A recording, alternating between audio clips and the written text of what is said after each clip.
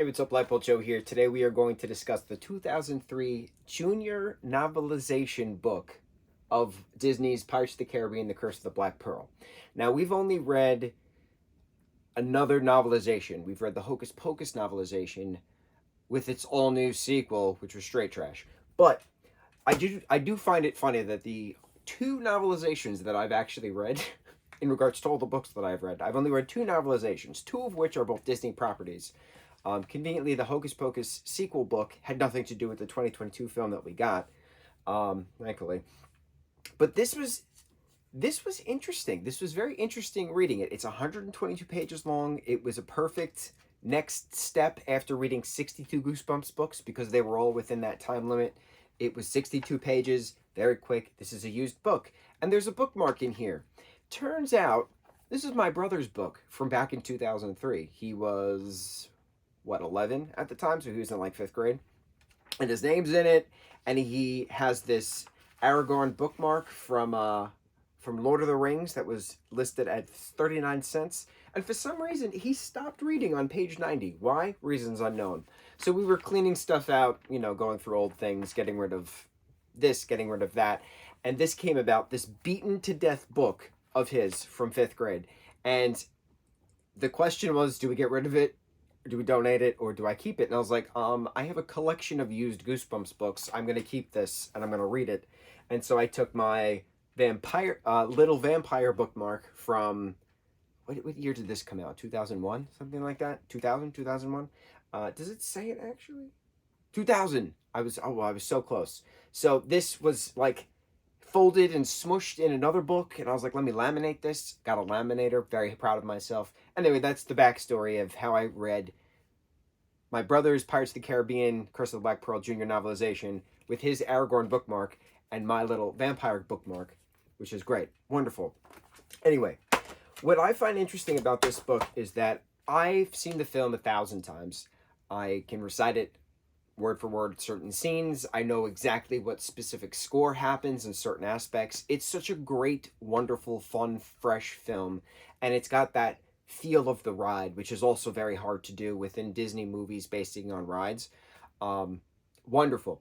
So you have the pirate, in the storm when you're riding the ride at first, and you hear the dead men tell no tale, and it's just wonderful. It gives you that nice, and you just read it, and you see the picture, and you just smell the pirate water, and I don't know, it's just a thing that if you've never been to Disney World, Disneyland, you don't really know that feeling, that scent, that smell, that various nostalgia alongside scent, and then corresponding that serotonin boost when you get that scent, the Pirates of the Caribbean scent and the Haunted Mansion scent. I don't know, it's just something about it that's just wonderful.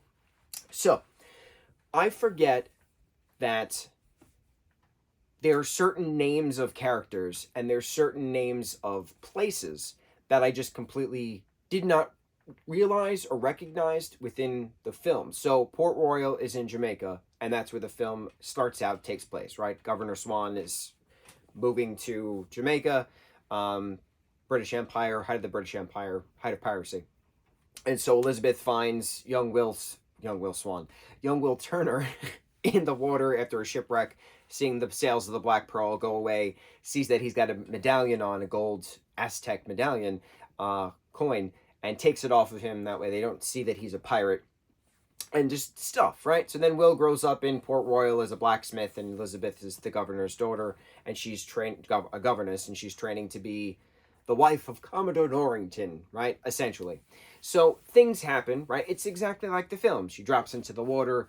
The pirates come from the Black Pearl to take her, thinking that she is the descendant of Bootstrap Bill Turner because they need his blood to end the curse, right? It's the whole thing about the curse, the Aztec gold curse from Cortez.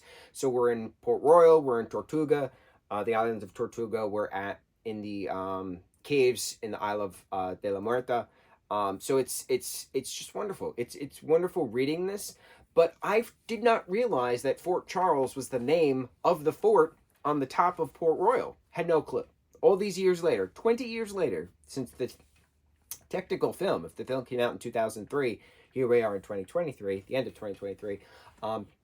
Never put two and two together that Fort Charles is the name of the fort where all that stuff happens in Port Royal in Jamaica.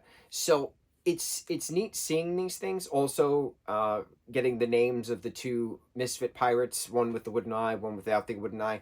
Forgetting their names now, still to this day. Even after I read it, I still can't remember their names, but they're named, and I don't remember hearing their names in this. Another thing that I find interesting about the novelization, junior novelization, is a lot of the scenes and a lot of the dialogue are smushed.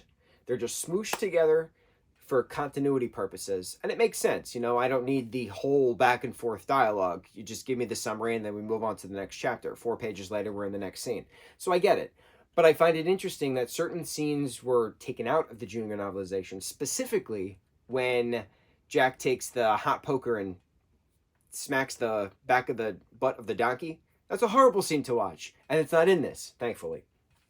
The scene in this book, I have no remembrance of the film, which means it's a deleted scene, and I want to see if they actually filmed it or not.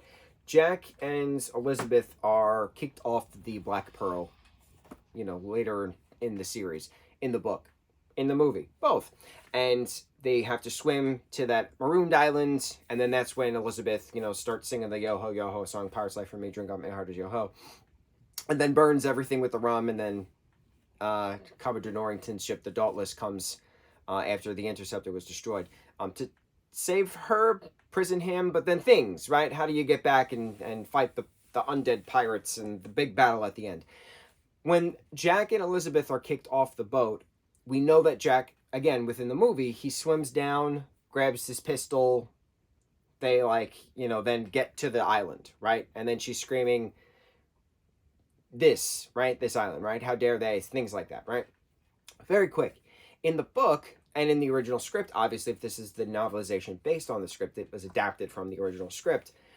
Jack and Elizabeth stay in the water a lot longer, and they're swimming underneath on the sand bed, waiting till they pass the reef to then get up to the island, because there's a bunch of hammerhead sharks circling them, which I thought was a really cool scene, and that's not in the film. So I really want to see if that was a deleted scene that was filmed that was just taken off for continuity purposes, pacing purposes, or if it was just never filmed in general. Because yes, it does not need to be in it in retrospect. They get kicked off, he grabs his pistol. That pistol is very important for the plot point moving forward when he kills Barbossa after Will puts the final coin with his blood in it, kind of a thing, after Jack does the same thing. So that's important, but the swimming underneath the hammerheads has no relevance to the plot. So I understand why it was taken out, but I was surprised. I was very surprised reading that because it was not in the film and I had no remembrance of it. I never read the original script. So reading this novelization, this junior novelization, obviously immediately felt like another Goosebumps book because we just got off a 62 bender of 5 months of that. And this is in that same 122 page realm. I also like that there's the pictures from the film. It's just a wonderful, quick, fun, Goosebumps kind of feel version of Pirates, and I love Pirates. The other thing, though, is that when Will and Elizabeth are on the Interceptor Interceptor before it's destroyed again, with it where he's wrapping her hand up in the candlelight, and they have that moment in the cabin. That scene is the coming out version story for Nick Nelson in Alice Osman's Heartstopper books. So it's just very, the show specifically, it's very funny watching the film now, knowing that scene has relevance within the Heartstopper universe as Nick's torment of, do I like girls? Do I like boys? Both are beautiful. What do I do? What does this mean for me? Right? It's very interesting because now that scene has different meaning in different franchises. And now reading the scene in the book, I'm like, oh, Nick Nelson. And it's funny because I'm never going to be able to watch the film now without going, oh, Nick Nelson, you brave little child just figuring life out, at the age of watching, at the age of questioning while watching this film. It was fun. It was very entertaining. It's cool how one thing can lead to the next within properties.